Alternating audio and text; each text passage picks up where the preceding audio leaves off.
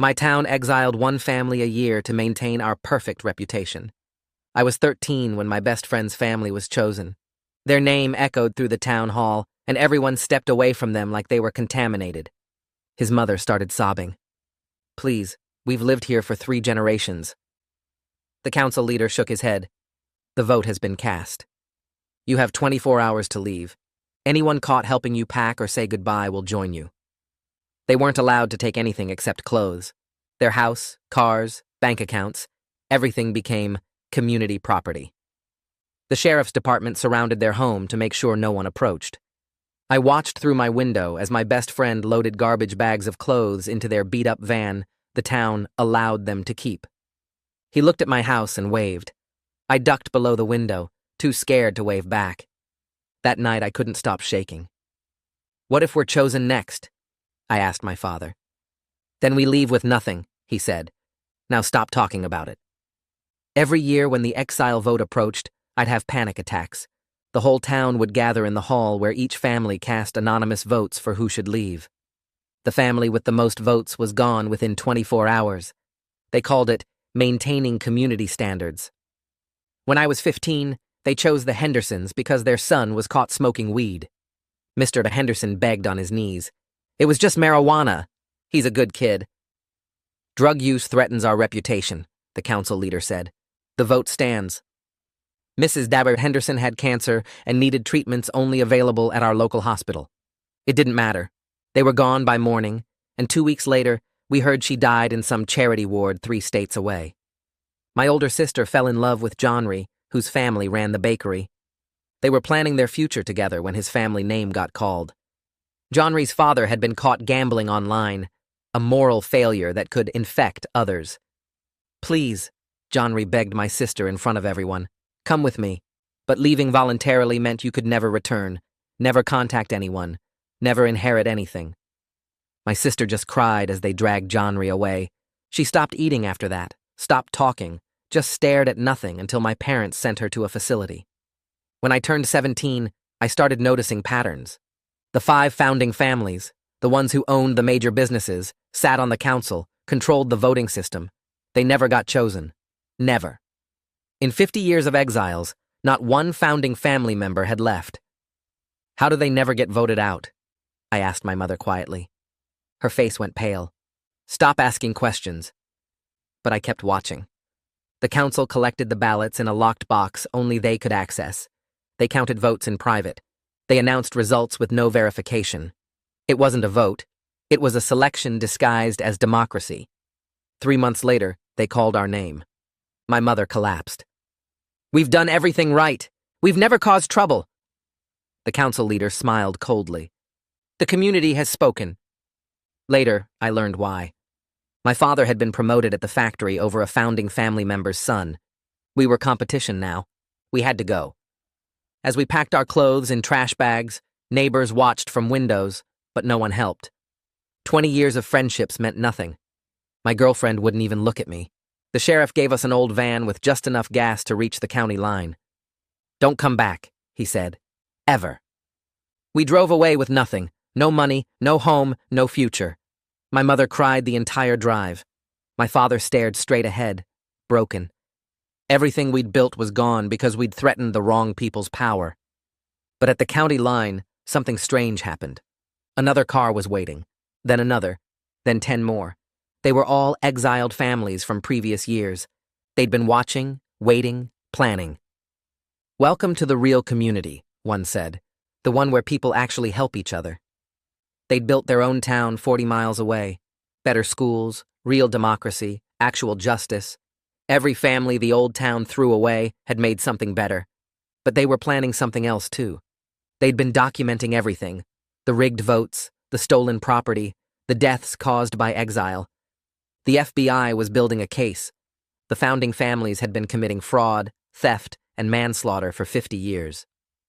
We're going back, the leader said, but not as exiles, as prosecutors. The man who'd spoken stepped forward and held out his hand to my father. I'm Eli Napier. We've been watching the county line for 8 years now, waiting for families like yours. My father just stared at the offered hand like he didn't understand what it meant anymore. Mom was still crying in the passenger seat, her face buried in her hands. I sat in the back, surrounded by garbage bags of our clothes, trying to process what was happening. These people were here for us. They'd been waiting. "We know what you're going through," Eli said, his voice calm and steady. "We've all been through it. Every single one of us got thrown out just like you did." He gestured to the other cars lined up behind him, maybe 10 or 15 vehicles with people standing beside them. "We built something better 40 miles from here. A real town where people actually help each other instead of stabbing each other in the back." My father finally took Eli's hand and shook it, but he didn't say anything. He couldn't. I could see his jaw working like he was trying to form words, but nothing would come out. "Follow us," Eli said. "We've got a place ready for you. Food, clothes, everything you need tonight. You're not alone anymore." The convoy of cars pulled out, and we followed them down the highway, our beat-up van rattling and shaking. Mom kept crying but quieter now, and Dad gripped the steering wheel so hard his knuckles turned white. I watched the other cars ahead of us and tried to understand what this meant.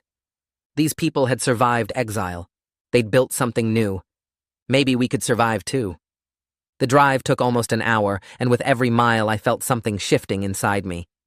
Not hope exactly, more like the tiniest crack in the wall of panic that had been crushing my chest since they called our name in the town hall. We turned off the highway onto a smaller road, then onto a dirt path that wound through some trees. When we came out the other side, I couldn't believe what I was seeing. There was an actual town, not some sad collection of trailers and tents like I'd pictured in my head. Real houses lined both sides of a paved street. A school building sat on one corner, 2 stories tall with windows that actually had glass in them. A community center took up a whole block, bigger than anything in our old town except the factory. Streetlights lined the roads. Gardens grew in front yards. Kids' bikes lay in driveways. This wasn't a refugee camp. This was a functioning place where people lived normal lives. "How did they build all this?" I asked, but my parents didn't answer. They were both staring out the windshield with the same shocked expression I probably had on my face. Eli's car pulled up in front of a mobile home that looked newer than the house we'd just lost. He got out and waited for us, and slowly my father turned off the engine. We all just sat there for a minute, nobody moving. "Come on," Eli called, walking up to the van. "Let me show you your new place." We climbed out and followed him up 3 steps to the front door. He unlocked it and gestured for us to go inside. The mobile home was furnished. A couch and chairs in the living room. A table with 4 chairs in the kitchen area. Curtains on the windows. Dishes in the cabinets. The fridge was stocked with food, actual groceries like milk and eggs and bread and lunch meat. The closets had clothes hanging in them, different sizes for all of us. The bathroom had towels and soap and shampoo. Someone had made up the beds with clean sheets. My mother walked into the kitchen and opened the fridge, then just stood there looking at all the food inside. Her shoulders started shaking, and she made this sound like something broke inside her chest. But this crying was different from the crying in the van. She turned around and looked at Eli with tears running down her face. "Why are you helping us? You don't even know us." Eli smiled, and it was the first genuine smile I'd seen in what felt like years. "Because people helped us when we got exiled. And before that, people helped them. That's how this works. We take care of each other because nobody else will." My father walked over to the couch and sat down heavily, still not saying a word. He put his face in his hands, and his whole body went rigid, like he was trying to hold himself together through pure force. I stood in the middle of the living room with my hands in my pockets, feeling like I'd walked into some alternate reality where things actually made sense. "Get some rest tonight," Eli said. "Tomorrow morning I'll bring my son Rodrigo over to meet you. He's about your age." He looked at me when he said it. "He can show you around, introduce you to the other kids. You're not the only teenagers here who've been through this." After Eli left, we just stood there in the mobile home not knowing what to do with ourselves. Mom started unpacking the garbage bags of clothes, hanging things in closets like we were going to stay here, like this was real. Dad stayed on the couch staring at nothing. I went into what was apparently my bedroom and lay down on the bed. The sheets smelled like laundry detergent. The pillow was soft. Through the thin walls, I could hear my mother crying again in her room, these quiet sobs that went on and on. My father's silence felt even worse somehow.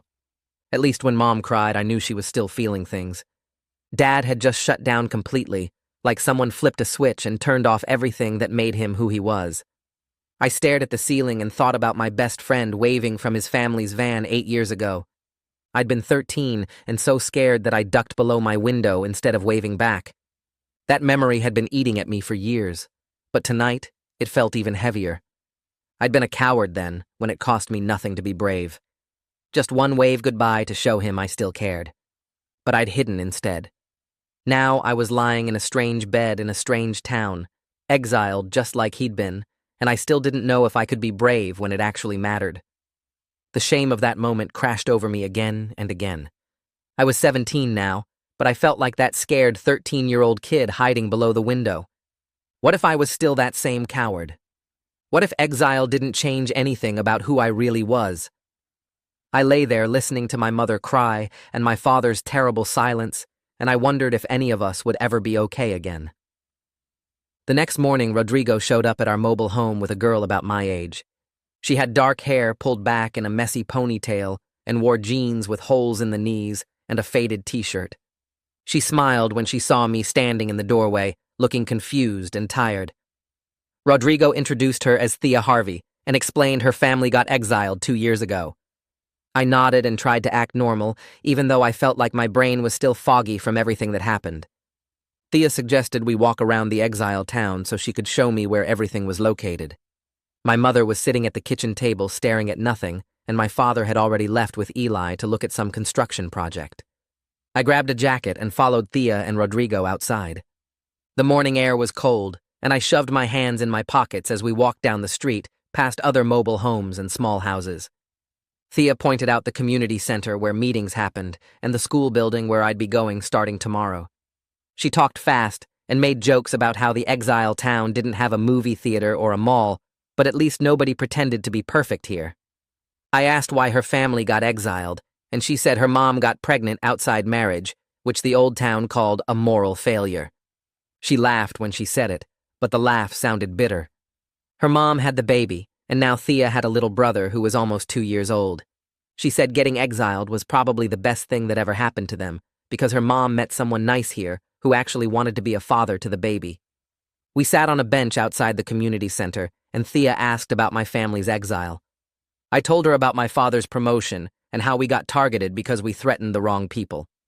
She nodded like she understood completely. Then she said something that made me stop and think.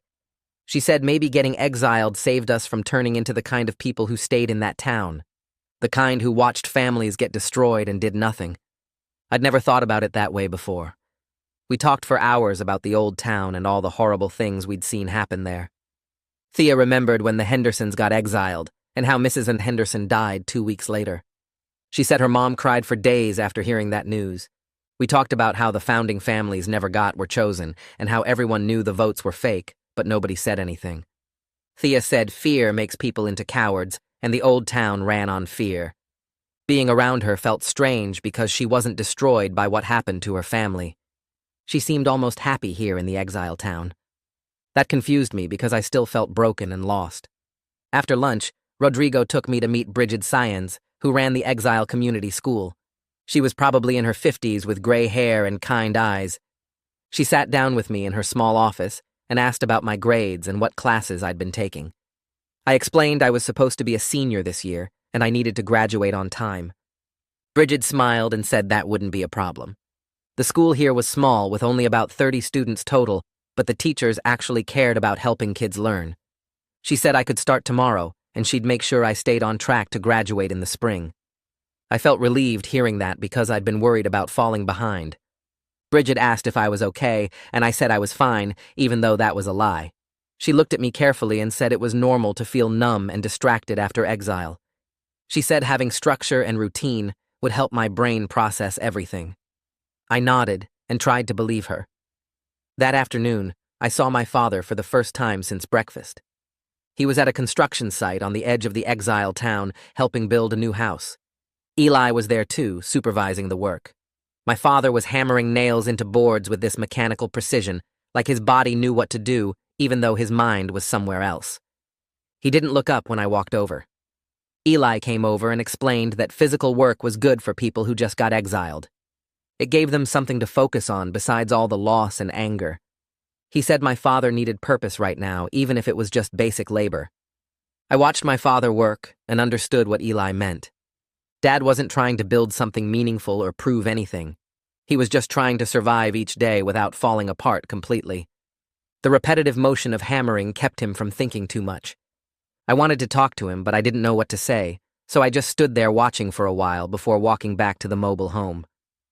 2 weeks passed in a blur of school and trying to adjust to this new life. I went to classes at the Exile Community School and tried to focus on homework, even though my brain felt like static. Thea sat with me at lunch every day, and gradually I started feeling a little less numb. My mother spent most of her time in the mobile home crying or staring at nothing. Rosa visited her a few times trying to help, but Mom just couldn't seem to pull herself out of the darkness.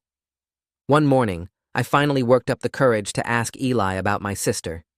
She was still in the mental health facility near the old town, and we hadn't heard from her since our exile. I was terrified that she thought we abandoned her. Eli listened carefully and then made some phone calls. He found out my sister had been asking about us constantly and was scared we'd left her behind like everyone else did. Rosa helped arrange a phone call for that afternoon. When I heard my sister's voice on the phone, something broke open in my chest. She sounded so lost and scared. She kept asking if we were okay and where we were living and if we were coming back for her. I tried to explain about the exile and the new town, but she wasn't really listening. She just kept saying she was afraid we forgot about her. My mother took the phone and talked to my sister for almost an hour. When Mom hung up, she looked worse than before. She became obsessed with getting my sister transferred to a facility near the exile town so we could visit her regularly. Rosa warned this would be hard and expensive since we had no money or insurance now. The helplessness of not being able to help my sister ate at my mother. I watched her slip deeper into depression, despite all the support from the exile community. She stopped eating much and barely talked to anyone. Dad was still working construction every day and coming home too tired to deal with Mom's breakdown. I felt stuck between them both, not knowing how to help either one. Rodrigo must have noticed I was struggling because he invited me to hang out with the other exile teenagers one Saturday afternoon. About 15 kids showed up at the community center ranging from 13 to 19 years old. They were all surprisingly normal. They joked around and complained about homework and talked about crushes and argued about music and movies. Being around them helped me understand that exile didn't have to define everything about who we became. We could still be regular people, despite what was done to us. One kid named Johnry made everyone laugh telling stories about his terrible cooking attempts. A girl named Sarah talked about her college applications. Another guy complained about his annoying little brother. They'd all been through the trauma of exile, but they weren't letting it destroy them. After a few weeks, Wallace Holt approached me at the community center and asked if I wanted to help with documentation work for the FBI case. He explained they were recording every exiled family's story as evidence. I felt terrified thinking about reliving everything, but Rodrigo volunteered to sit with me during the interview. We went to a small office where Vaughn Tanner had computers and recording equipment set up. Vaughn was quiet and efficient, asking me questions while typing notes. I spent 3 hours telling him everything. I described the night my best friend's family got exiled when I was 13 and how I hid below the window instead of waving goodbye. I talked about watching the Hendersons beg before their exile and hearing about Mrs. Henderson's death 2 weeks later. I explained my sister's breakdown after Johnry got exiled and how she stopped eating and talking. I described noticing the founding family pattern and realizing the votes were rigged. Then I talked about our own exile and the terror of losing everything. Recording it all made it real in a new way. Saying the words out loud to someone who was writing them down as evidence made me understand the scale of what happened to us. Vaughn thanked me when we finished and said my testimony was valuable. Rodrigo walked back to the mobile home with me and didn't make me talk about it. A few days later, Agent Sebastian Donovan visited the exile town to meet with key witnesses. Eli brought me to the community center where the agent was interviewing people. Sebastian was probably in his 40s with gray hair and a serious expression. He shook my hand and thanked me for agreeing to talk with him. We sat down in a private room, and he explained exactly how the federal case worked. He said they were pursuing charges of fraud, theft, racketeering, and manslaughter against the founding families. He showed me documents and evidence they'd collected over 3 years. My testimony about noticing the founding family pattern was important because it proved the systematic nature of the corruption. For the first time, I understood this was really happening. The founding families would actually face consequences for what they'd done. Sebastian was professional and kind, explaining everything in detail. He said the case would take time, but they had strong evidence. When the interview ended, I felt something like hope starting to grow. That evening, I overheard my father talking with Wallace Holt on the porch of our mobile home. I stood inside near the door listening. Wallace was talking about rage and helplessness and wanting revenge. My father's voice sounded raw, admitting he fantasized about hurting the people who destroyed us. Wallace said he understood that feeling completely. But then he said revenge wasn't the goal. Justice was the goal, and it was more powerful because it was real and lasting. Revenge would just make us like them. Justice would actually hold them accountable. My father started crying, and it was the first time I'd heard him cry since our exile. Wallace didn't try to comfort him or tell him to stop. He just sat there in silence. Two men processing trauma together in the only way they knew how. Thea and I started spending more time together over the next few weeks. We'd walk around the exile town or sit at the community center talking. One afternoon, she asked about my girlfriend from the old town, the one who wouldn't look at me during our exile. I admitted it still hurt that someone I loved could turn away so easily. Thea said her boyfriend did the same thing when her family got exiled. He told her he loved her, but then acted like she didn't exist once the exile happened. We bonded over the betrayal of people who claimed to care about us, but only stuck around when it was easy and convenient. Thea reached over and took my hand. She said we were better off without people like that. People who only cared when there was no cost to caring. I looked at her and realized she was right. The exile had stripped away all the fake relationships and left only the real ones. The people here in the exile town actually helped each other because they understood what it meant to lose everything. That was worth more than all the shallow friendships back in the old town. A month passed in the exile town, and I fell into routines that almost felt normal. Then Eli called an emergency meeting at the community center, and everyone gathered quickly because urgent news from the old town always meant another family got destroyed. Eli stood at the front, looking tired and angry. He explained that a single mother named Jennifer and her 2 kids just got exiled because she reported safety problems at the factory where she worked. The founding families decided she threatened their business, so they voted her out within 24 hours. My stomach twisted, because I knew exactly what that family was going through right now. Eli organized a welcoming committee immediately and asked for volunteers. My hand went up before I even thought about it. Rosa started making phone calls to arrange temporary housing, and my mother began gathering donated clothes and supplies. 6 of us drove out to the county line that evening and waited in the same spot where cars had waited for my family. When Jennifer's beat-up truck appeared, she looked confused and scared seeing us there. Her 2 kids sat in the back seat with garbage bags of clothes just like I had. Eli approached her window and introduced himself gently. He explained we were all exiled families, and we built a community to help each other. Jennifer started crying, and her daughter, who looked about 12, asked if we were going to hurt them. That question broke something in my chest, because they'd been conditioned to expect cruelty from everyone now. I told them we just wanted to help, and we knew exactly what they were feeling. We led them back to the exile town, and I watched Jennifer's face change when she saw actual houses and paved streets instead of some desperate camp. Her son asked if this was real, and Rodrigo laughed, saying he'd asked the same thing when his family arrived. We got them settled in the mobile home my family had stayed in, and I helped the kids unpack their bags.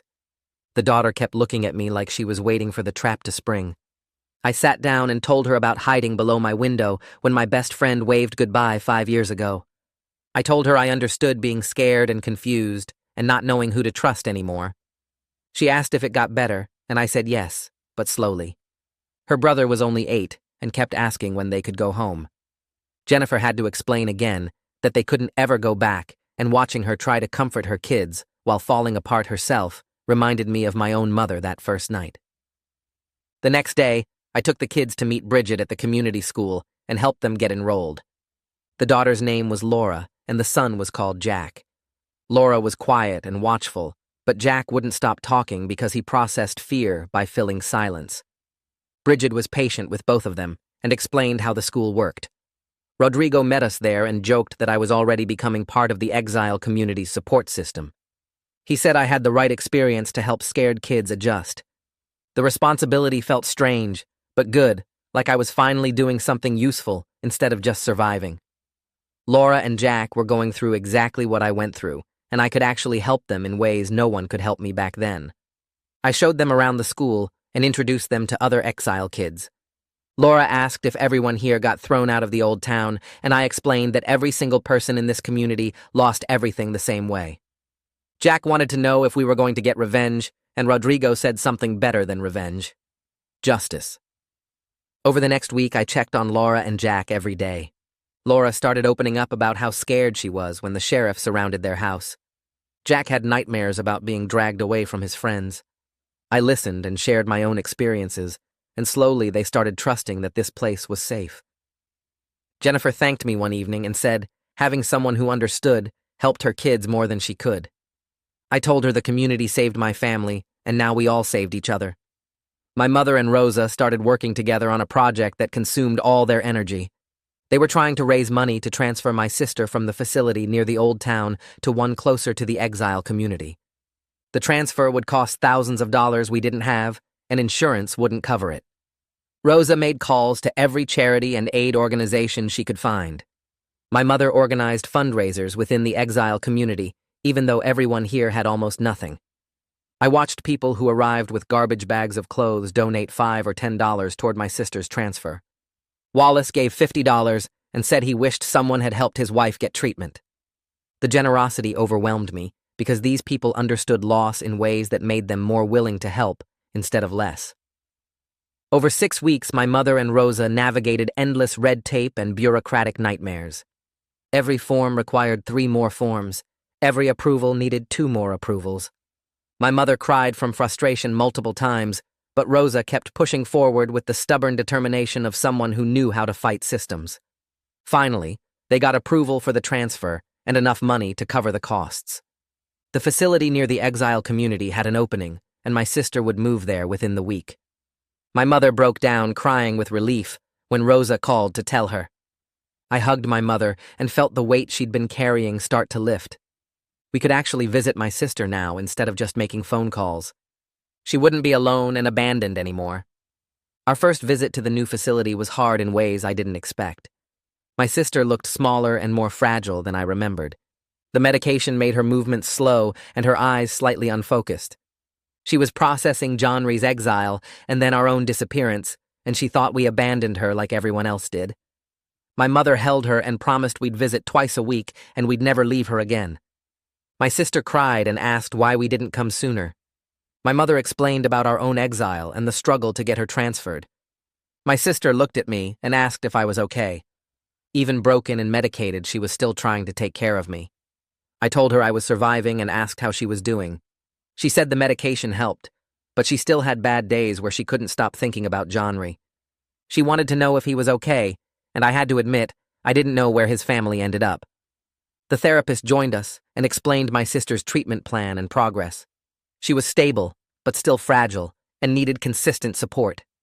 We promised to be there, and my sister grabbed my hand asking me not to disappear again. I swore I wouldn't, and meant it. On the drive back, my mother was quiet, but less tense than she'd been in months. My father said seeing my sister was hard but necessary. We were a family again, even if we were all damaged.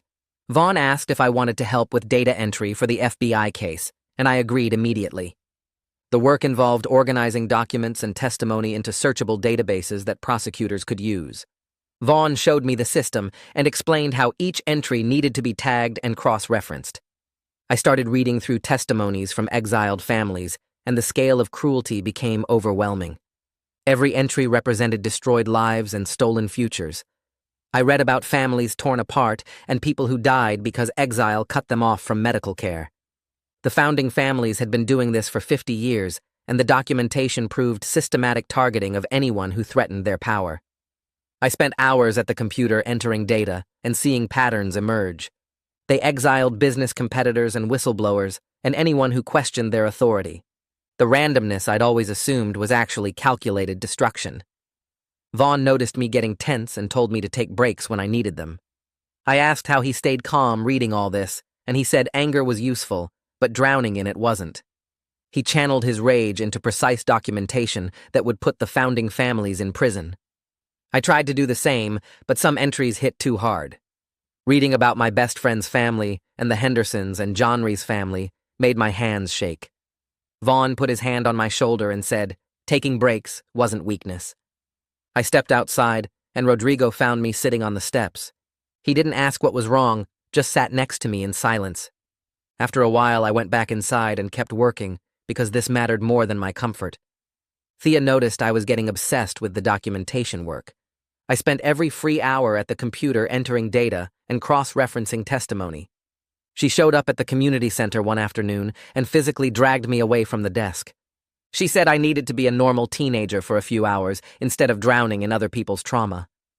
We drove to a nearby town neither of us had visited before. Thea picked a random movie playing at the theater, and we bought tickets without even checking what it was about. For 2 hours, I forgot about exile and corruption and justice. The movie was stupid and funny and completely meaningless. Afterward, we walked around the town looking in shop windows and eating ice cream. Thea talked about normal things like music and books and what she wanted to study in college. Being away from the exile community and the FBI case felt strange, but good. We drove back as the sun was setting, and Thea pulled into an empty parking lot. She turned to me and said she was glad we met, even though the circumstances were terrible. I agreed and said she made everything more bearable. She leaned over and kissed me, and it was the first genuinely good thing that happened since our exile. I was terrified of caring about someone again after watching my girlfriend turn away so easily. But Thea made it feel worth the risk, because she understood loss in ways that made her more loyal, not less. We sat in the car talking until it got dark, and she drove me back to the mobile home.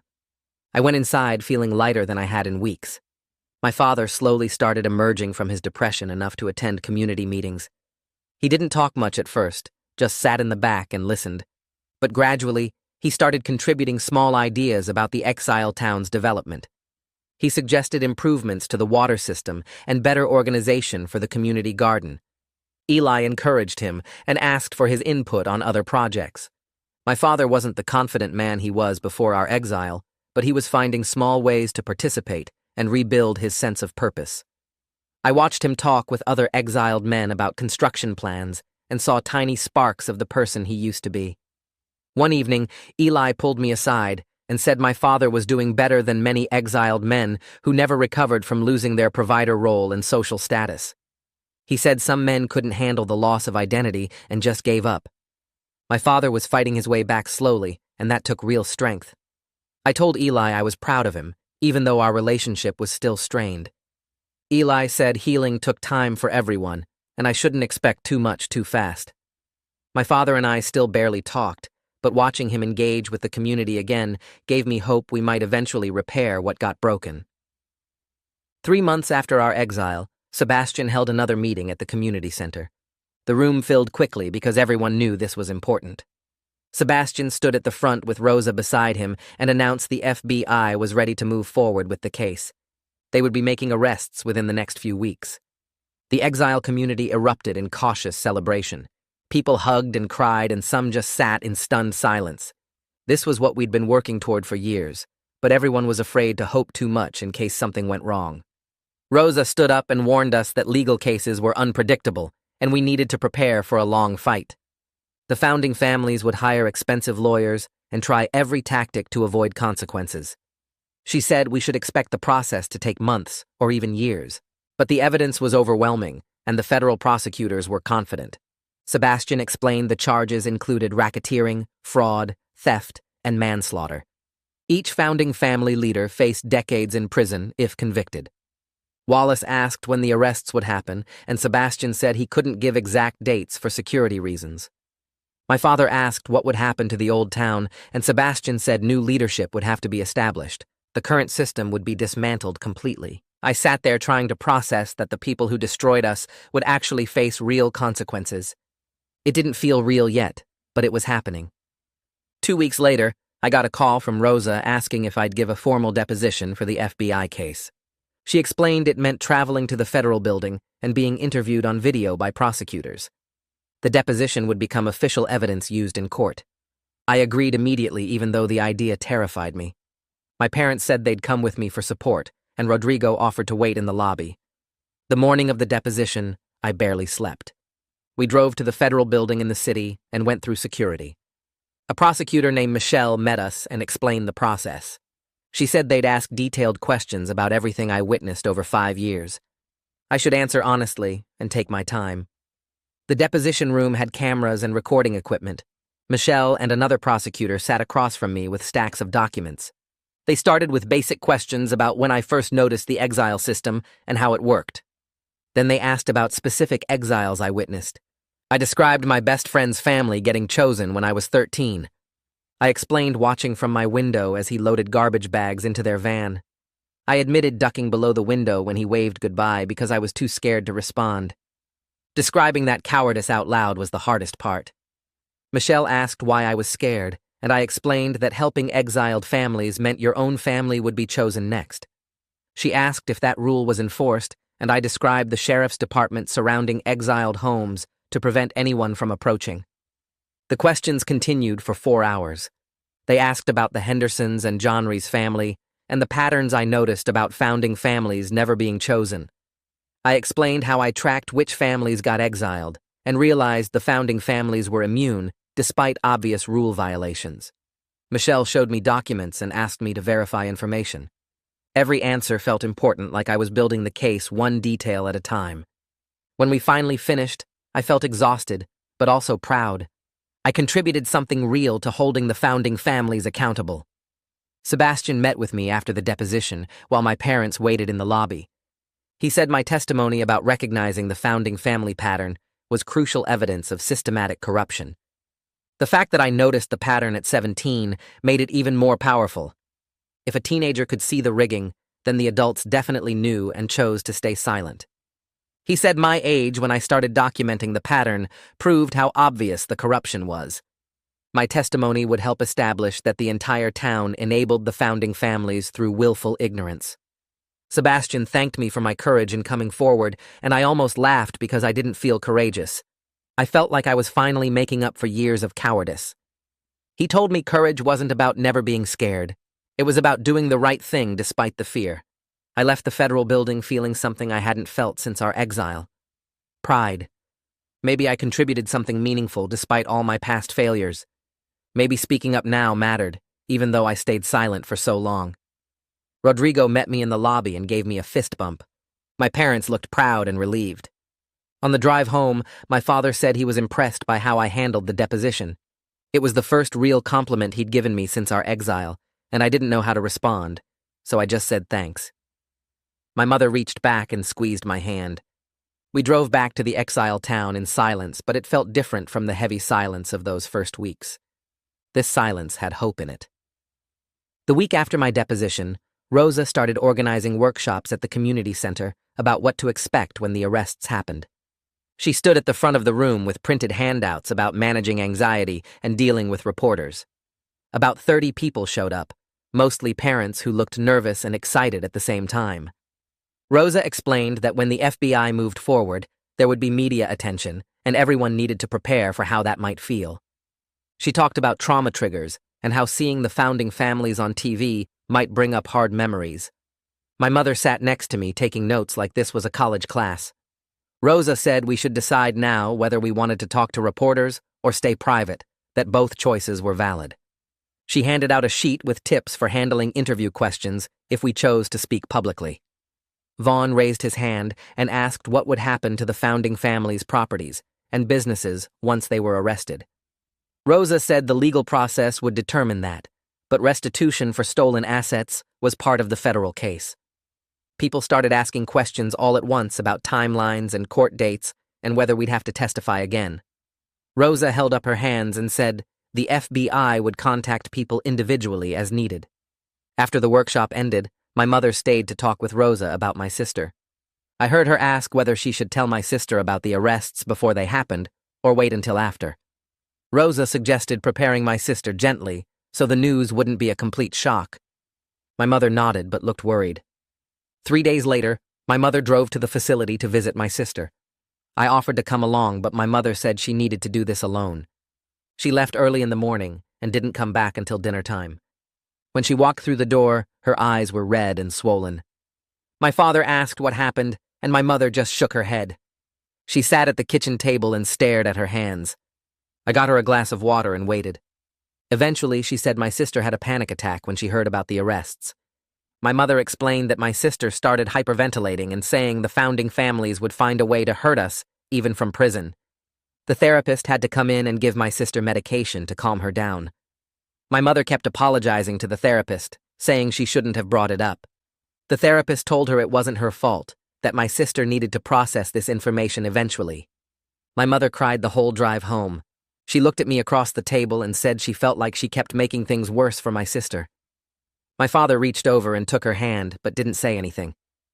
That evening, Rosa stopped by to check on my mother. She sat with her for over an hour talking quietly.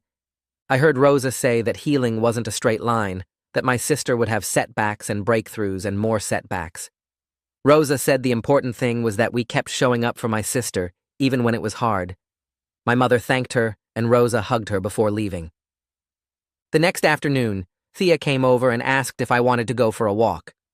We headed down the main street of the exiled town, past the community center and the small library someone had organized in the converted garage. Thea was quiet for a while before she asked what I thought would happen after the arrests. I said I didn't know, that everything felt uncertain. She stopped walking and turned to face me. She asked if I would ever want to go back to the old town if we had the chance. The question caught me off guard. I thought about our old house and my old school and the streets I grew up on.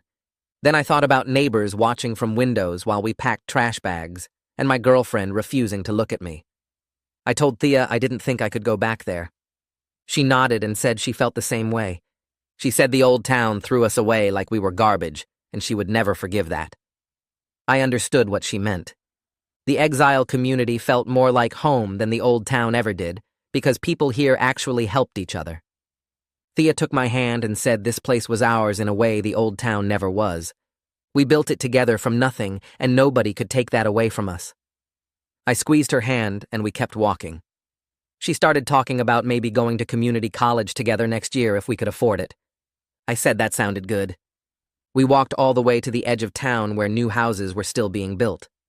Thea said the exile community kept growing and getting stronger while the old town rotted from corruption. I realized she was right. Getting exiled felt like the end of everything, but maybe it actually saved us from becoming like the people who stayed. 5 months after our exile, I woke up to my phone buzzing with text messages. The first one was from Rodrigo saying it was happening. I didn't understand what he meant until I opened the next message.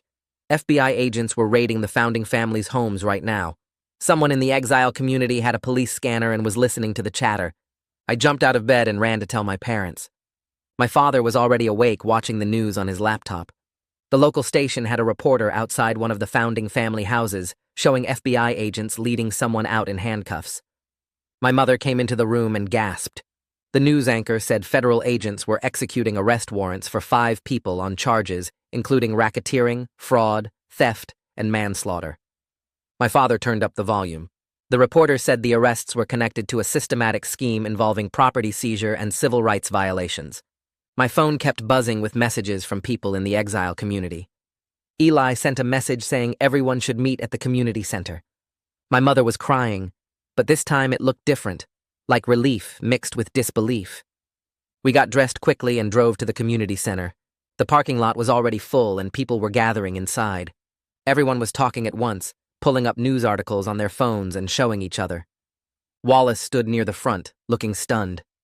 Rosa was there with Sebastian, who must have driven down after the arrests happened. Eli called for everyone's attention and said this was the moment we'd been working toward for years. The founding families were finally facing consequences for what they'd done. The room erupted in applause, and some people were crying. Eli reminded us that this was just the beginning, that the legal process would take time, and we needed to stay strong. Sebastian stood up and confirmed that all 5 founding family leaders were in federal custody. He said the evidence was overwhelming, and the prosecutors were confident about the case. People started asking questions about what happened next, and Sebastian explained about arraignments and bail hearings and trial dates. I looked around the room at all these families who'd lost everything and fought back. It felt surreal that we'd actually done it. Within an hour, the local news station was calling the exile community asking for interviews. Eli's phone wouldn't stop ringing. He gathered a small group, including Rosa, Wallace, and a few other community leaders, to discuss how to handle media requests. I sat in the back of the room listening. Rosa said we needed to control our own narrative instead of letting the founding family's lawyers spin the story. Eli agreed and said we should be selective about who we talked to. Someone suggested we only speak to reporters who seemed genuinely interested in understanding what happened, not just looking for sensational headlines. Wallace said he wanted to talk about his wife, that people needed to know the exile system killed her. Rosa nodded and said personal stories would be powerful. Eli looked around the room and his eyes landed on me. He asked if I would be willing to do an interview. My stomach dropped. He said my story about noticing the founding family pattern as a teenager would resonate with people. I looked at my parents, and my father nodded slightly. Thea squeezed my hand. I told Eli I would think about it. After the meeting broke up, I talked with my parents and Thea about whether I should do the interview. My mother said it was my choice, but she thought it could help people understand what we went through. Thea said I should do it if I felt comfortable, that my perspective mattered.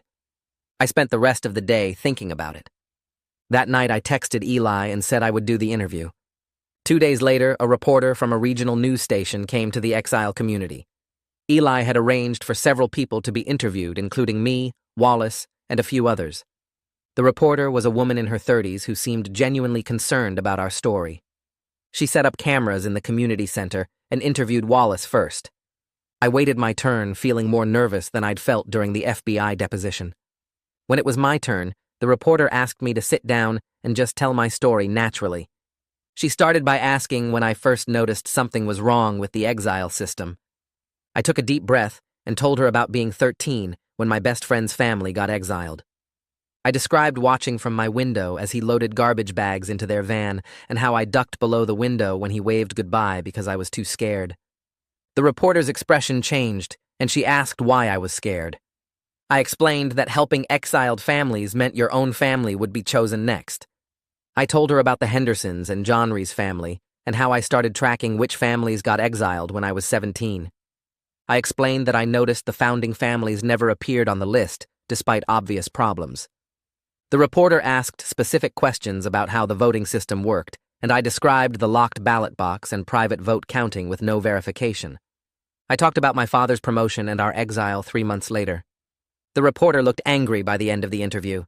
She thanked me and said this was important journalism. That evening, the story aired on the regional news. I watched myself on TV describing the corruption, and it felt strange seeing my face and hearing my voice. The reporter had edited it well, using my testimony alongside Wallace's and others to show the pattern of abuse. Rodrigo texted me saying I did great. My parents looked proud. Thea hugged me and said I was brave for speaking up. The next morning, the story had spread to other news outlets. The old town was all over the news, with reporters interviewing residents and town council members. I watched the coverage online and felt angry. Some residents were claiming they never knew about the rigged votes, that they trusted the system. One woman said she was shocked to learn the founding families had been manipulating everything. I wanted to scream at the screen because that was a lie. Everyone knew. They saw families get exiled for competing with founding family businesses. They watched people beg and get dragged away. They just didn't care as long as it wasn't their family. The remaining town council members were scrambling to distance themselves from the founding families. One council member said in an interview that he had concerns about the exile system, but felt powerless to change it. Another said the founding families operated independently and the council had no oversight. It was all deflection and excuses. The reporter asked why the council never investigated the pattern of founding families never being exiled. The council member stammered and said he never noticed that pattern. I threw my phone across the room. Thea picked it up and handed it back to me. She said watching them lie was infuriating, but we had the truth on our side. The evidence was overwhelming, and the whole country was watching now. Wallace's interview aired that afternoon on national news. He sat in front of the camera and talked about his wife with raw emotion that made my chest hurt. He explained how she had cancer and needed treatment only available at the local hospital. He described their exile and how they ended up 3 states away with no insurance and no money. He said his wife died 2 weeks later in a charity ward because the exile system stripped them of everything. The reporter asked what he would say to the founding families. Wallace looked directly at the camera and said they murdered his wife through systematic cruelty disguised as community standards. He said exile wasn't just corruption, it was manslaughter, and he hoped they spent the rest of their lives in prison thinking about all the people they destroyed. The interview went viral. News outlets across the country picked it up. Suddenly, the exile system wasn't just a local corruption story, it was a national scandal about systematic abuse and deadly consequences. The founding family's lawyers tried to respond by saying the exile system was legal, and they weren't responsible for what happened after families left town. But Wallace's testimony was devastating, and nobody was buying their excuses. I watched Wallace on TV and saw a man who had turned his worst loss into the strongest weapon for justice. He channeled all his grief and rage into making sure everyone understood what the founding families had done. I felt proud to know him and grateful he was fighting for all of us. My sister's therapist called my mother the next day. My mother put the phone on speaker so we could all hear. The therapist said my sister had seen the news coverage and something shifted during therapy. She was finally starting to process Johnry's exile and understanding it wasn't her fault for not going with him. The therapist explained that seeing the corruption exposed publicly was helping my sister separate her own choices from the system's cruelty. My sister was beginning to understand that Johnry's exile was systematic targeting, not a reflection of her love or loyalty. The therapist said my sister still had a long way to go, but this was real progress. My mother started crying with relief. She asked if she could visit my sister, and the therapist said yes, that my sister specifically asked to see her. My mother drove to the facility that afternoon and came back looking lighter than she had in months. She said my sister hugged her and thanked her for fighting back against the founding families. My sister told her that watching people stand up and tell the truth made her feel less alone. Maybe justice could be healing even before it was complete.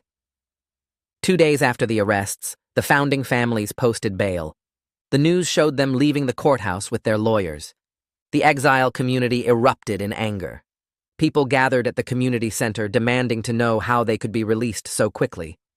Sebastian explained that bail was normal in federal cases, and the founding families weren't considered flight risks. Rosa reminded everyone that posting bail didn't mean they were free, just that they could await trial outside of jail. The founding families' lawyers immediately launched a PR campaign. They held a press conference claiming the exile system was democratic and legal, that their clients were being persecuted for maintaining community standards. One lawyer said the founding families were pillars of the community who'd served for decades.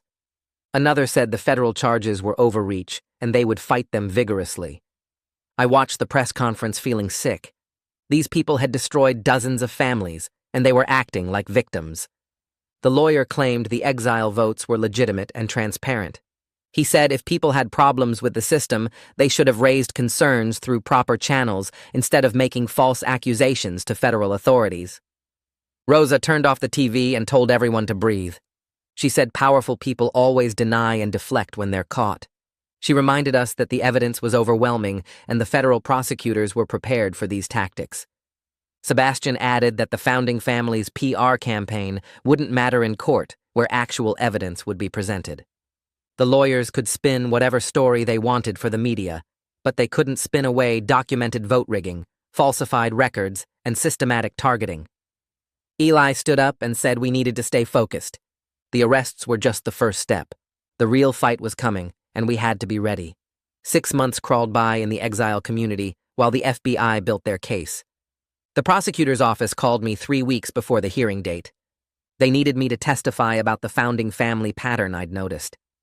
My hands shook when I hung up the phone. Eli found me sitting on the community center steps, staring at nothing. He sat down next to me and didn't say anything for a while. Finally, he told me I could do this, that my testimony mattered. I wanted to believe him, but the thought of seeing those council leaders again made my stomach hurt. Thea drove with me to the courthouse on the morning of the hearing. Rodrigo came too, sitting in the back seat making stupid jokes to keep me from panicking. My parents followed in their car. The courthouse was this massive stone building that made me feel small just looking at it. We parked and walked toward the entrance. That's when I saw them. The 5 founding family leaders standing with their lawyers on the courthouse steps. They looked older than I remembered, but still carried themselves like they owned everything. One of them glanced my way, and his eyes went cold. My hands started shaking so hard I had to shove them in my pockets. Thea grabbed my arm and squeezed. Rodrigo moved closer on my other side. We walked past the founding families without saying anything. Inside the courthouse, my parents found seats in the gallery. My mother looked terrified. My father's jaw was clenched tight. Thea squeezed my hand one more time before I had to go wait in the witness room. Rodrigo gave me a fist bump and told me to destroy them. The prosecutor came to prep me one last time. She was this sharp woman in her 40s who'd been working the case for months. She reminded me to speak clearly, answer only what was asked, and don't let the defense lawyers rattle me. I nodded, but my mouth was too dry to talk. When they called me to testify, I walked into that courtroom on legs that barely worked. The judge sat behind this huge wooden bench looking down at everything. The jury box was full of people staring at me. The founding family leaders sat at the defense table with 3 lawyers. I took the witness stand and they swore me in. My voice cracked when I said I'd tell the truth. The prosecutor started with easy questions. My name, my age, how long I'd lived in the old town. Then she asked me to describe what I'd noticed about the exile system. I took a breath and started talking. I explained how I'd been 13 when my best friend's family got exiled, how I watched it happen again at 15 with the Hendersons, how my sister's boyfriend Johnry got taken away, how I started keeping track of which families was chosen and why. The prosecutor asked me what pattern I noticed. I looked right at the founding family leaders and said they never got exiled, not once in 50 years, not even when their kids broke rules or their businesses had problems. The defense lawyers objected, but the judge told me to continue. I explained how the founding families controlled the ballot box and the counting, how they announced results with no way to verify anything, how 3 months after my father got promoted over a founding family member's son, our name got called. The prosecutor showed me documents, my own notes from years of watching the exile votes, records Vaughn had compiled showing which families owned businesses and which got exiled. The pattern was right there in black and white. Anyone who competed with founding family power got removed.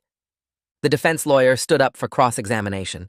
He was this older guy in an expensive suit who looked at me like I was dirt. He asked if I was bitter about being exiled. I said yes. He asked if I wanted revenge. I said I wanted justice. He tried to make me sound like some angry teenager making up conspiracies. But every time he pushed, I pointed back to the documentation. The numbers didn't lie. Founding families never got exiled despite obvious violations. Everyone else got removed for tiny mistakes. The judge kept looking more and more angry as I answered questions. His expression shifted from neutral to disgusted.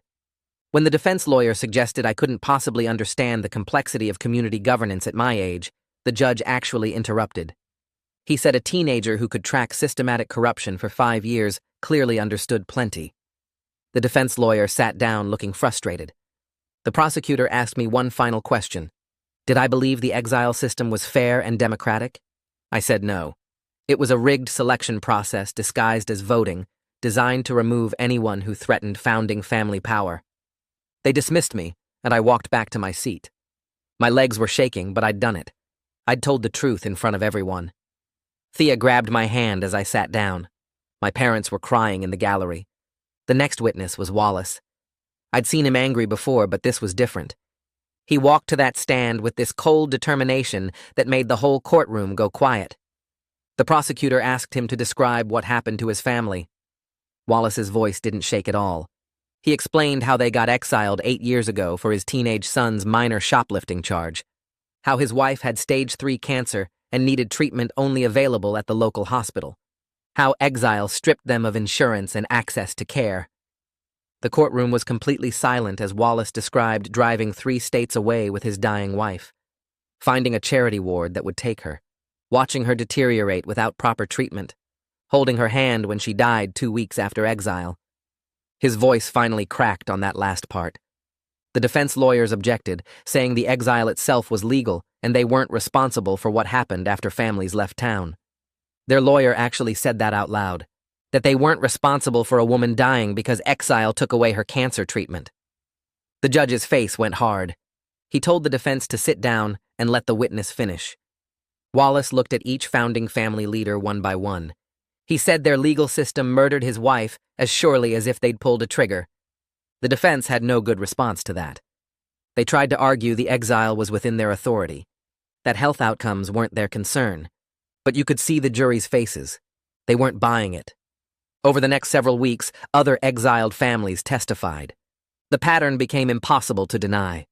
A factory worker who reported safety violations got exiled 3 months later. A teacher who questioned the school budget got removed for alleged moral failure.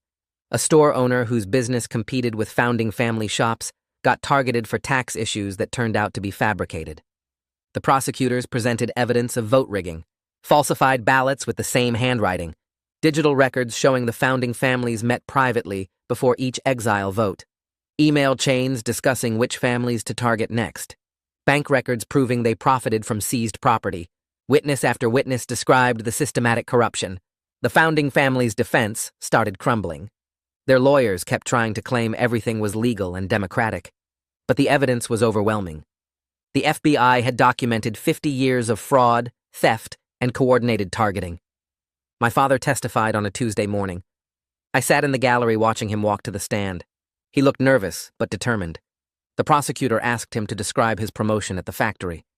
My father explained how he'd worked there for 15 years, how he got promoted to supervisor over a founding family member's son who had worse performance reviews and less experience. How 3 months later, our family name got called for exile. The prosecutor asked if anyone told him why. My father's voice was steady when he answered. His supervisor pulled him aside the day before exile and said the promotion threatened the wrong people, that he should have known better than to take a job a founding family wanted. The defense lawyers tried to suggest my father was a bad employee making excuses. But the prosecutor had his work records, 15 years of excellent reviews, safety awards, efficiency commendations. The promotion was completely justified by merit. The defense had nothing. I watched my father sit there and tell the truth about what they'd done to us. He wasn't broken anymore. He was standing up to the people who destroyed our lives. The defense called witnesses from the old town who claimed the exile system was fair and democratic. Regular residents who said they trusted the council's vote counting, that everything seemed legitimate. But under cross-examination, they all fell apart. The prosecutor asked each one if they'd ever seen the actual ballots being counted. None of them had. She asked if they'd ever verified the vote totals. They hadn't. She asked if they'd ever questioned why founding families never got exiled despite obvious rule violations. They admitted they'd noticed, but never said anything.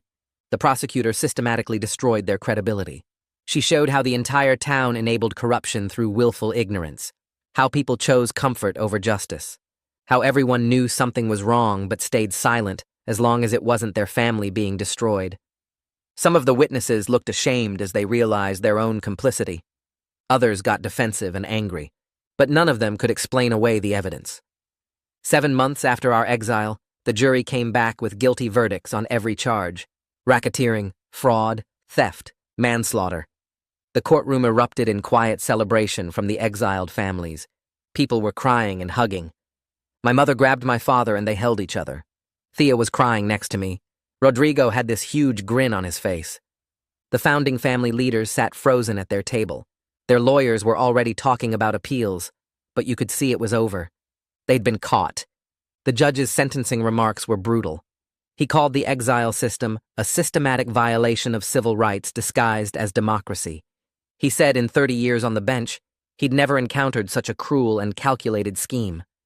He looked at the founding family leaders and told them they'd destroyed dozens of families, caused multiple deaths, and corrupted an entire town's moral foundation. The sentences came down hard. The council leader got 25 years in federal prison. The others got 15 to 20 years each. The judge ordered full restitution of all property seized from exiled families over 50 years. The financial judgment was in the millions. It meant selling off the founding families' businesses and assets. Everything they'd built on stolen property would be taken apart and returned. It wasn't perfect justice. Nothing could bring back Wallace's wife or undo my sister's breakdown or give me back those years of fear. But it was real accountability. Substantial consequences. The people who destroyed us were going to prison for decades. The old town was forced to dissolve the exile system immediately. The remaining council members resigned in disgrace. Federal oversight was mandated for new elections and governance reforms. Some exiled families talked about returning to reclaim their property. Most decided against it. The town was too damaged by what happened there. The exile community we built was genuinely better. My family received our restitution check on a Thursday afternoon. The amount wasn't the full value of everything they took, but it was enough to start rebuilding financially. My father opened the envelope and just stared at the number. Then he started crying. Not happy tears exactly. More like the overwhelming reality that we'd survived and fought back and won. My mother immediately called my sister's treatment facility to arrange better care options. She'd been waiting months to afford the programs my sister really needed. Now, we could actually help her. I suggested we invest some of the money in the exile community's development. This place had saved us when we had nothing. We should help make it even better for the families still arriving. I finished my senior year at the Exile Community School in May. The building was small compared to the Old Town School, but the teachers actually cared about us instead of just pushing us through the system. Bridget ran the graduation ceremony in the community center gymnasium, and about 30 people showed up. My parents sat in the front row with my sister between them. She looked tired but stable, her medication keeping her steady enough to sit through the ceremony without breaking down. Rodrigo walked across the makeshift stage first, then Thea, then me. Bridget handed me my diploma and hugged me tight. She gave a speech about how we'd all survived something that should have destroyed us, and now we were stronger than most people would ever be. My mother started crying halfway through. My father put his arm around her and pulled her close. My sister reached over and took my mother's hand. Watching them sit together like that, supporting each other instead of falling apart, felt like proof we'd actually made it through the worst part. The ceremony lasted 40 minutes. Afterward, people ate cake and took pictures. Rodrigo's parents congratulated me. Wallace shook my hand and told me I should be proud.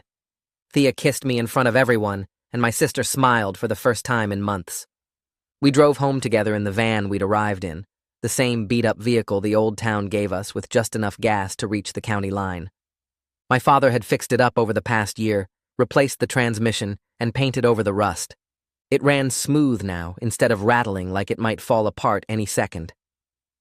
Thea came over the next evening and we sat on the porch talking about fall. She'd gotten accepted to the community college 20 minutes away, same as me and Rodrigo. Her parents wanted her to apply to bigger schools farther from the exile town, places with better programs and more opportunities. She told them no. This place saved us when we had nothing, and we weren't going to abandon it now that things were getting better. We wanted to stay and help make it stronger. Rodrigo showed up an hour later with pizza from the place his father managed. We ate on the porch and joked about being the exile community's second generation, the kids who grew up here instead of just arriving broken and scared. Rodrigo said we had a responsibility to make sure nothing like the old town system ever happened again, anywhere. Thea said we should start a nonprofit to document exile systems in other places and help families fight back. I said we should focus on finishing college first, but the idea stuck with me. We could actually do something meaningful with what happened to us. We could turn our trauma into something that helped other people, instead of just carrying it around forever. My father got hired as a supervisor at a manufacturing plant in the city 30 minutes north. The job paid better than his old position at the factory in the old town, and the company actually promoted people based on merit instead of family connections. He came home the day he got the offer and told my mother while she was making dinner. She dropped the spoon she was holding and hugged him, so tight I thought she might break his ribs. He still had hard days where the trauma came back and he couldn't get out of bed.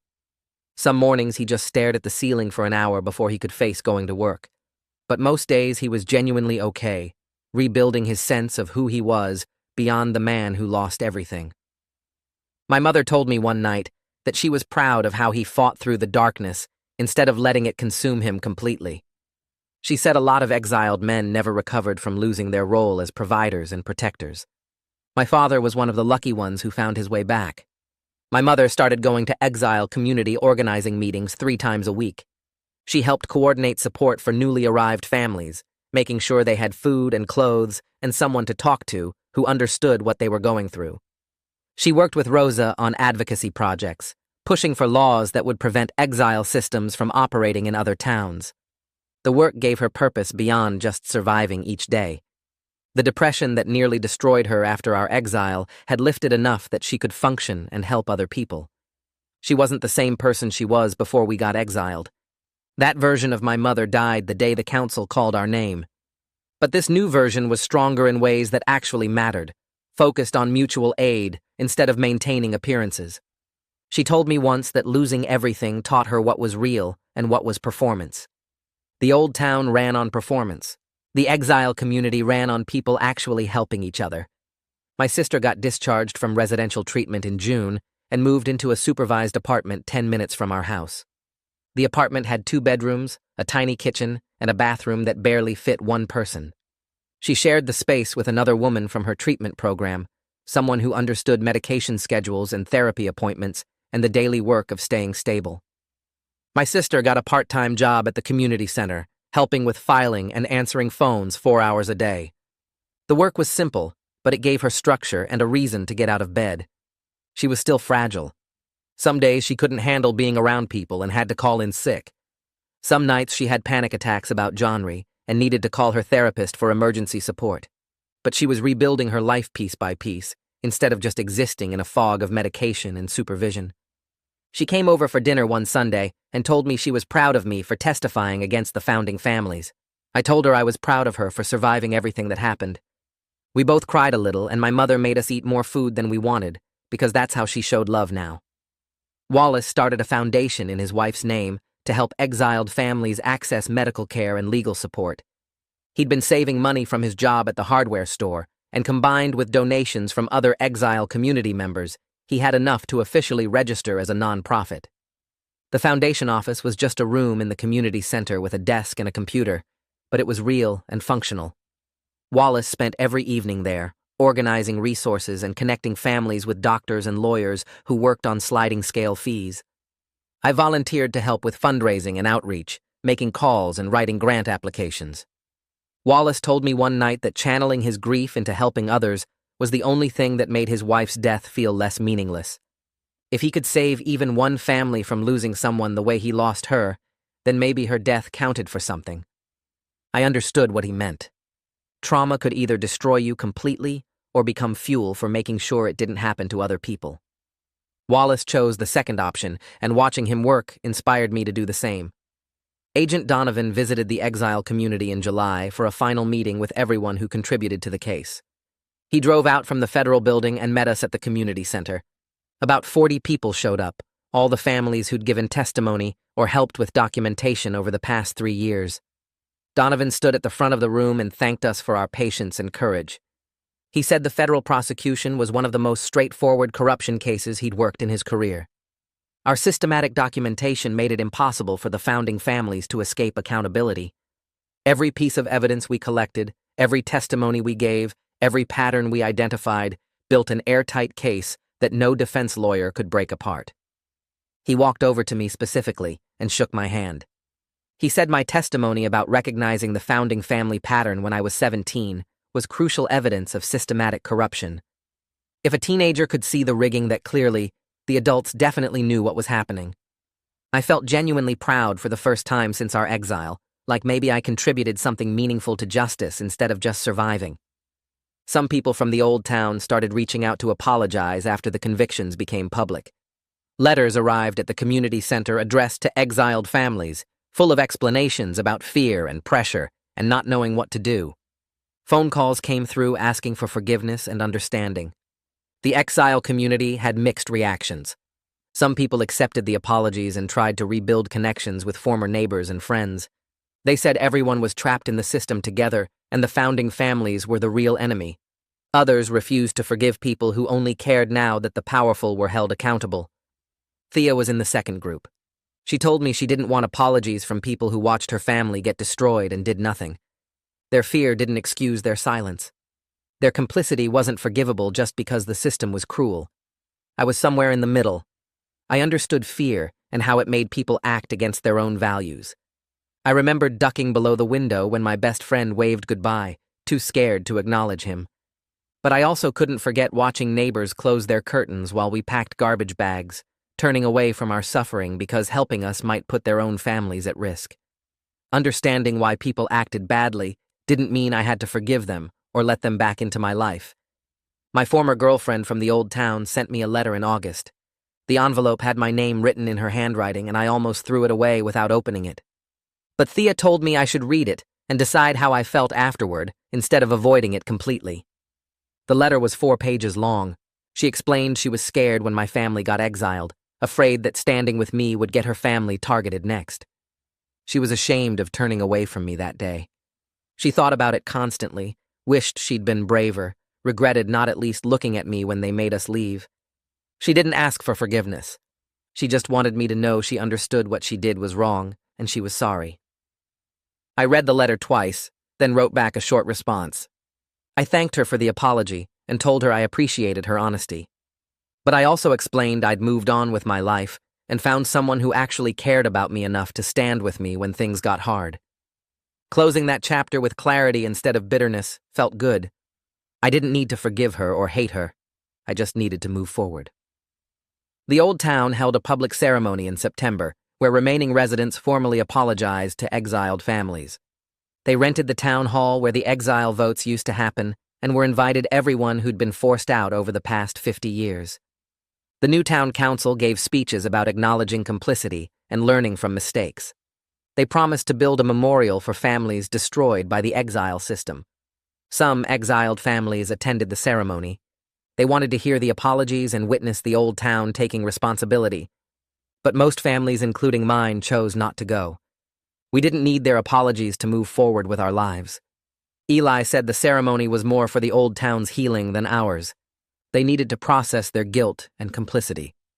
We'd already done our healing work in the community we built together, supporting each other through trauma and building something better than what was taken from us. My family stayed home that day. We had dinner together, all 5 of us, including my sister. My father grilled burgers in the backyard. My mother made potato salad. My sister brought cookies from the bakery near her apartment. Thea came over and helped set the table. We ate outside while the sun set, talking about normal things like work and school and weekend plans. The old town ceremony happened 40 miles away, but we didn't think about it much.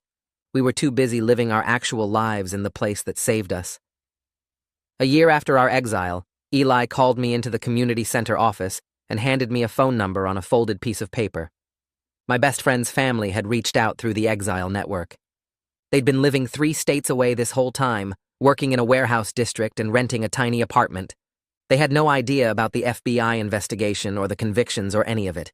They just heard through another exiled family that we were here and wanted to reconnect. I stared at the number for 10 minutes before I could make myself dial. My hands shook so bad I had to try 3 times. When my best friend answered, his voice sounded exactly the same but also completely different. Deeper. Tired. We were both 18 now, but the last time we really talked, we were 13 years old. I apologized immediately for hiding below the window that night when he waved goodbye. The words came out in a rush. He was quiet for a long time, and I thought maybe he'd hung up. Then he said we were just kids in an impossible situation, and he forgave me years ago. He said he understood fear better than anyone. We talked for 2 hours about everything that happened to both our families. His mother had a breakdown similar to my sister's. His father worked 3 jobs to keep them fed. They survived, but barely. When I told him about the FBI case and the convictions and the restitution, he started crying. Not sad crying, but the kind where you're so relieved you can't hold it in anymore. They arranged to visit the exile community 2 weeks later, and I counted down every single day. Seeing my best friend get out of their car was overwhelming in a way I didn't expect. He looked so much older, but I could still see the kid who used to share his lunch with me in middle school. We hugged for a long time while our families stood around watching. His mother hugged my mother, and they both cried. His father shook my father's hand, and they just nodded at each other like they understood something without needing to say it. Rodrigo helped me show them around the exile town, pointing out the school and community center and all the houses people built together. My best friend kept looking around with this expression of disbelief. He said he'd been living in a place where everyone pretended exiled families didn't exist, where mentioning the old town got you weird looks and silence. Being here with people who actually understood felt like he could breathe properly for the first time in 5 years. His family decided to move to the exile community instead of going back to the old town. They said returning to the place that destroyed them sounded like torture, even with restitution money. I helped them find a house and get furniture donated from the community storage. I showed them how the cooperative economy worked and introduced them to Eli and Rosa and Wallace. Rodrigo and I helped his younger sister enroll in the school. The cycle of mutual aid continued exactly like when my family first arrived. This is what real community looks like. People who survived trauma helping others through it, building something better than what was taken from us. My best friend and I spent hours catching up on everything we missed. 5 years of life compressed into late-night conversations on my porch. He told me about the warehouse job that destroyed his back. I told him about Thea and community college and working for Wallace's foundation. We talked about the old town and how we both still had nightmares about Exile Day. It felt like reclaiming a piece of my childhood that exile stole. Not getting it back exactly, but finding it again in a different form. The exile community celebrated the 1-year anniversary of the founding family's convictions with a festival that was part memorial and part celebration. Wallace organized the whole thing with help from my mother and Rosa. We set up tables in the community center parking lot, and everyone brought food. There was a memorial wall with photos and names of people who died because of the exile system. Mrs. Henderson's picture was there, Wallace's wife, a man who had a heart attack 2 days after his family got exiled, a teenage girl who took her own life after her family was destroyed. We stood in front of that wall for an hour, while people told stories about the ones we lost. It was sad, but also important. Remembering that this wasn't just about corruption and legal cases. It was about real people who suffered and died because the founding families wanted power. Then we shifted to celebrating that we survived and built something better. There was music and kids running around playing games. People laughed and danced and acted normal. I stood with my family and Thea and Rodrigo, and my best friend and I felt genuinely grateful for this community that saved us. We could have all stayed broken and isolated. Instead, we found each other and made something real. 18 months after our exile, my sister called me from her apartment sounding nervous and excited at the same time. She met someone at her support group, a guy who was dealing with his own trauma from an abusive family situation. They'd been talking for weeks, and he asked her on a real date. She wanted to know if I thought she was ready. I told her only she and her therapist could answer that. She went on the date, then another one. She moved carefully with her therapist's guidance, taking things slow and being honest about her struggles. Watching her take that risk after everything she went through with Johnry made me emotional in a way I didn't expect. She was still healing and probably always would be. The medication helped, but she still had hard days where she couldn't get out of bed. But she was living her life instead of just surviving. She told me the FBI case and convictions helped her understand that what happened to Johnry wasn't her fault or his. It was systematic cruelty by people who now faced consequences. That understanding didn't fix everything, but it gave her a framework for processing the trauma. She could separate her own choices from the system that destroyed Johnry's family. I met her boyfriend a month later, and he seemed genuinely kind, careful with her in a way that showed he understood she was fragile. They held hands and smiled at each other, and it was normal and sweet. My sister deserved normal and sweet after years of darkness. I started community college with Thea and Rodrigo in the fall semester, studying social work because I wanted to help other trauma survivors navigate recovery and justice systems. My experience with exile and the FBI case showed me that systematic change was possible when people documented abuse and fought back collectively. One person speaking up got ignored. 50 families with evidence and coordination got federal convictions. I wanted to learn how to help people organize that kind of collective action, how to build cases and gather testimony and push for accountability.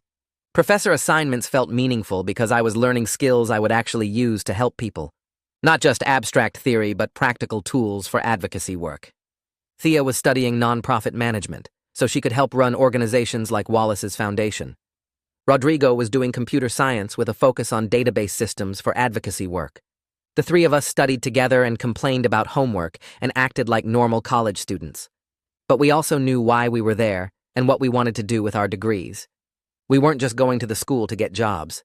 We were learning how to fight systems that destroyed people like us. My father came home from work one evening and told my mother he got promoted again. This time there was no fear or retaliation. just recognition of his skills and hard work. His supervisor called him into the office and offered him a team leader position with better pay and more responsibility. My father accepted and came home with cautious pride on his face. My mother cried happy tears and hugged him for a long time.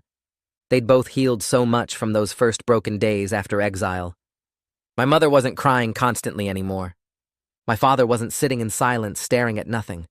They were genuinely rebuilding their lives and their relationship. They weren't the same people they were before, and neither was I. We were stronger in some ways and more damaged in others. But we were more genuine. We knew what real community looked like now because we built it together. We understood the difference between false friendships based on fear and real connections based on mutual support. My parents got involved in community leadership and helped plan the exile town's continued growth. They had purpose again, and it showed in how they carried themselves. Not the false confidence of the old town where everyone pretended to be perfect. Real confidence that came from surviving something terrible and choosing to help others through it. 2 years after our exile, my family gathered for dinner in the house we were able to buy with restitution money and my father's new income. It was a real house with a yard and enough bedrooms for everyone. My sister came over with her partner, and she looked stable and happy, laughing at jokes and helping set the table and acting like a regular person instead of someone broken. My parents were genuinely happy, talking about community projects and future plans instead of dwelling on what we lost. Thea joined us because she was basically family now.